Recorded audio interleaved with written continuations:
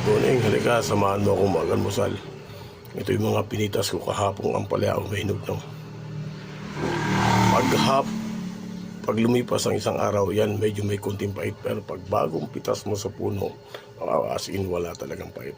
Tapos ito yung aking talbos sa kinuha kahapon at naiulam ko na yung iba kagabi. Nakakain tayo. Ito kadulo.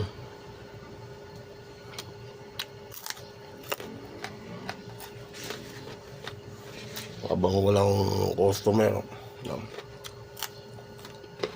tayo mag-almusal.